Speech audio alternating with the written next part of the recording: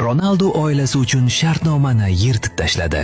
Bir kun juda mashhur klub unga rad qilib bo'lmaydigan taklif bilan keldi. Shartnomadagi summa shunchalik katta ediki, bir necha avlod uchun yetar edi. Lekin boshqa mamlakatga ko'chib, oilasidan yiroqda bo'lish kerak edi. Kechqurun u oilasi bilan stol atrofida o'tirganida, oldida shartnoma va ruchka yotardi.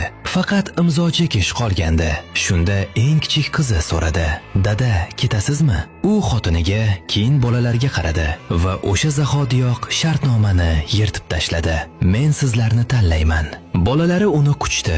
Georgina esa yig'lab pichirladi: "Sen eng boy odamsan, chunki biz seniki bo'lamiz. Men o'ylamasdan sizlarni tanladim. Sizlar mening boyligimsiz.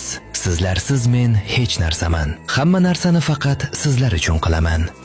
Sizlar mening ma'noyimsiz. Shuning uchun pulni tanlash ahmoqlikda."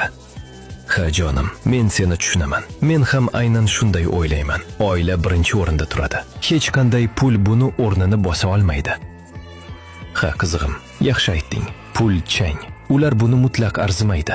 Agar oila puldan ko'ra qadrliroq bo'lsa, like bosing va obuna bo'ling.